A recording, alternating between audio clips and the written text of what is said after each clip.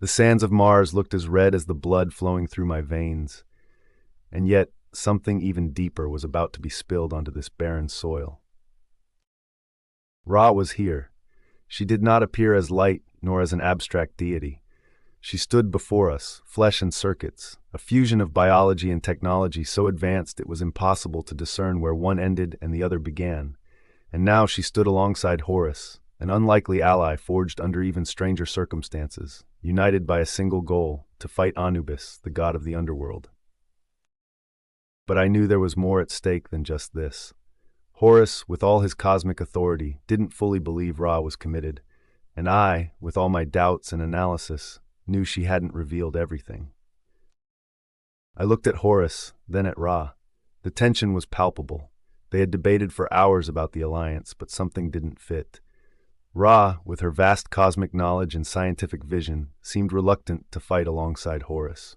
She had her own plans, and I was the link that had convinced her to join him based on the premise that without united forces, we would all perish under Anubis's grasp. But as the battle against Anubis loomed closer, I saw the pieces moving on the cosmic chessboard, and Ra wasn't just an ally, she was manipulating more than we realized. Ra, with her technobiological servants, now stood before us on Mars, slowly approaching the circle of obelisks. Horus, imposing and with eyes shimmering with ancient power, watched her, though a faint discomfort flickered in his gaze. I knew that, no matter how united they seemed, trust between the two was still being built, and perhaps I was the only one who could grasp the nuances of what was happening. Ra spoke first, her voice soft yet imbued with cosmic authority. I accept the alliance, Horus, but know this, I am not here to serve your will. I am here to fulfill a greater purpose. Horus did not respond immediately, but his rigid posture suggested caution. He knew he couldn't control Ra as he would lesser gods or cosmic creatures.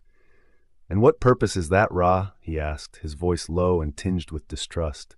"What do you truly seek from this?" Ra turned to me. Her eyes, like two orbs of pure light, reflected a wisdom transcending the boundaries of time. "You know, Abyss, you know what I am and what I want. Humanity was abandoned by its creators. They left humans at the mercy of their frailties. Now the time has come to guide them. They have potential. Together, we can evolve them into something much greater." I felt the weight of her words. Horus seemed uneasy, but I understood what she was saying. Ra wasn't just thinking of protecting humanity. She wanted to evolve it, to create a new race, a fusion of humans and her technobiological servants. As a scientist, I knew the risks this posed, but I also knew her vision was captivating, and perhaps, deep down, I even wondered if humanity could achieve something more, something beyond its biological limits. "You're talking about genetic manipulation, Ra," I said, trying to read her gaze. "You want to merge humans with your technology, to transform them into something different." Ra didn't deny it.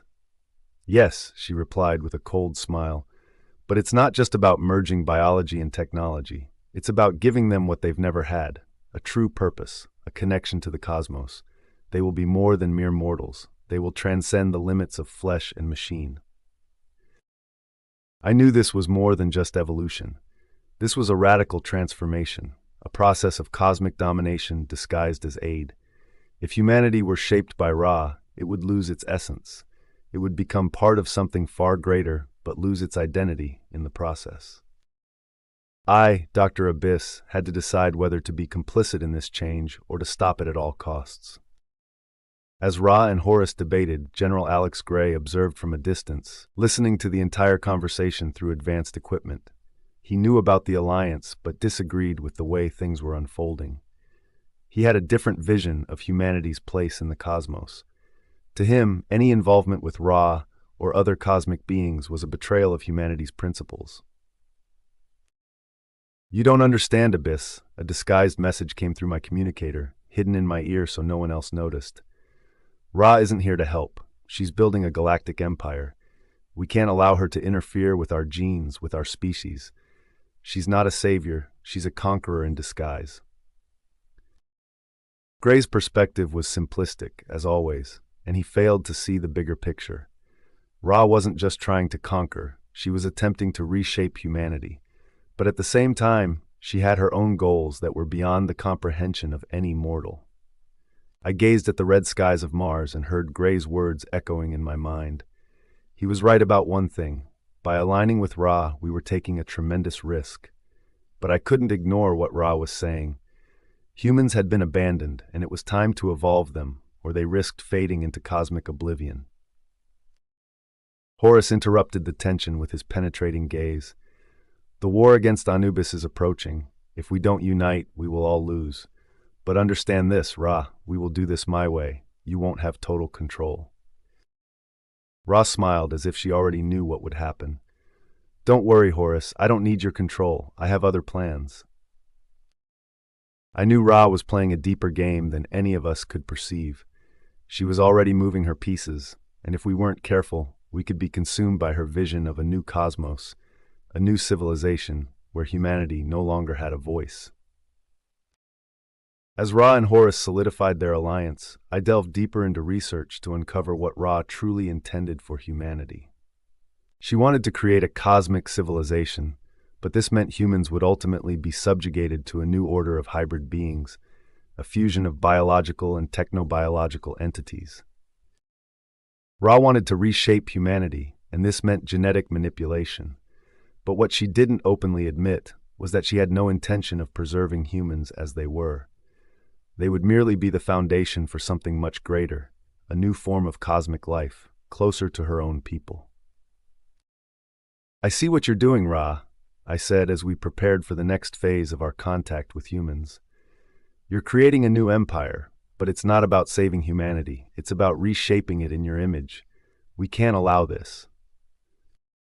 Rá, with an enigmatic smile, replied, You're a smart man, Abyss. You know far more than you let on. But in the end, you'll understand.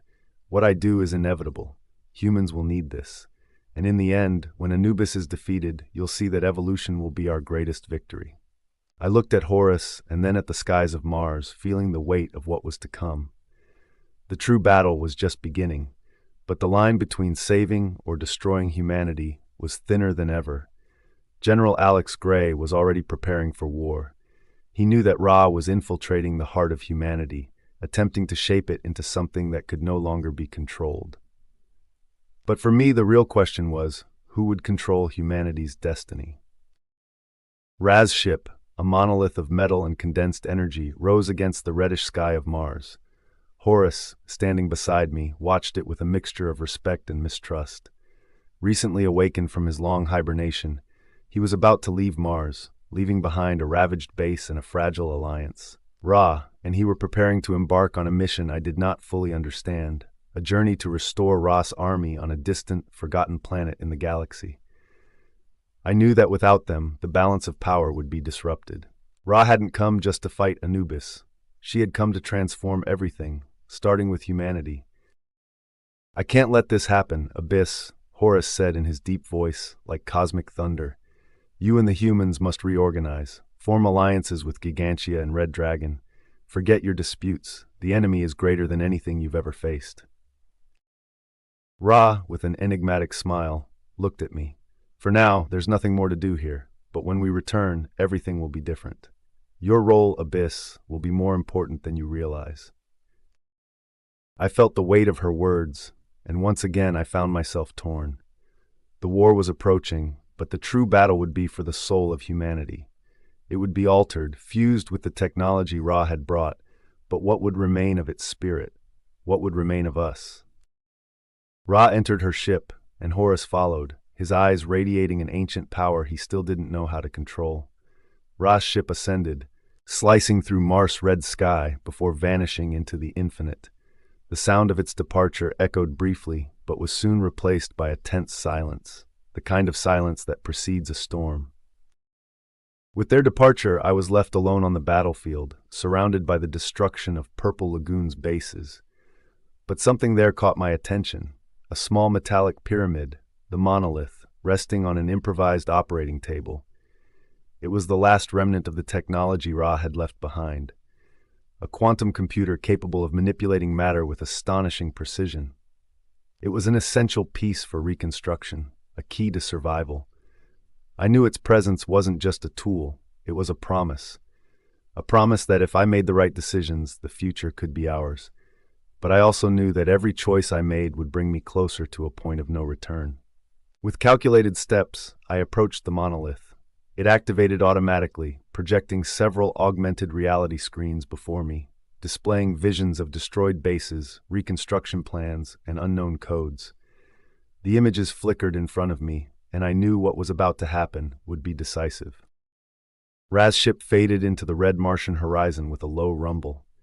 Hórus followed alongside her, both disappearing into the void of space. I watched them leave, a knot tightening in my chest. The war that began with the threat of Anubis was now taking a new shape with Rá's arrival and the power she represented.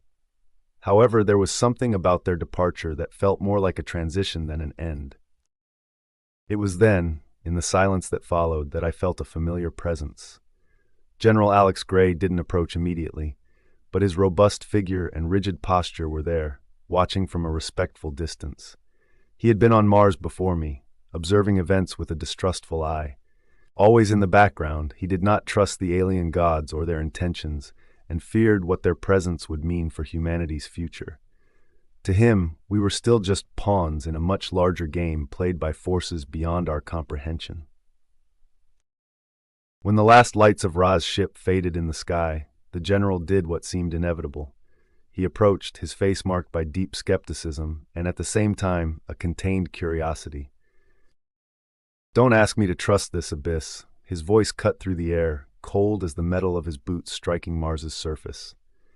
He continued, "These gods, they're not our allies. They have a plan that's beyond anything you or I can comprehend, and that technology of theirs, it's not ours to use.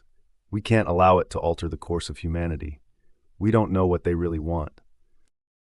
I turned to him, feeling the tension grow between us. Rá's technology, the monolith, pulsed with a mysterious energy, waiting for my interaction, waiting for me to make the decision that would change the future. But the general, once again, was right. We didn't know what Rá and Hórus truly planned, and yet my scientific curiosity was stronger than any fear he could instill. "Stay vigilant, Abyss," he continued, his eyes narrowing in suspicion. "They're playing a game you can't fully understand, and you know that, in the end, it's us who will bear the consequences."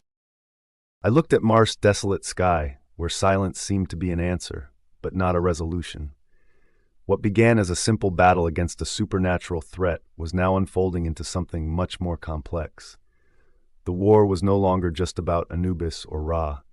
The real battle would be for humanity's identity, and it seemed we were nearing a point where even the options we had in hand were not ours to choose. I looked at the monolith again, radiating a soft and disturbing light. Humanity's future depended on the choices I would make now. And with each step, the line between saving or dooming us all began to blur, leaving only the void ahead. "I know what's at stake," I said, finally breaking the silence. "But if we stand still, we'll lose everything." The general didn't respond immediately. He simply observed me with the look of someone who knew that, deep down, none of our options seemed good enough. But one thing was certain. The game was in motion, and we could no longer afford to stay on the sidelines. Suddenly, small shadows appeared on the horizon, a presence that shouldn't have been there. It wasn't Rá, it wasn't Hórus, but something was approaching. The monolith pulsed with an energy that wasn't just technological, it felt alive. And I knew that, with Rá and Hórus's departure, a new enemy was about to emerge. The future of humanity was at stake, and now, more than ever, I didn't know who to trust. Whatever was coming was almost here, and the clock for our survival was ticking.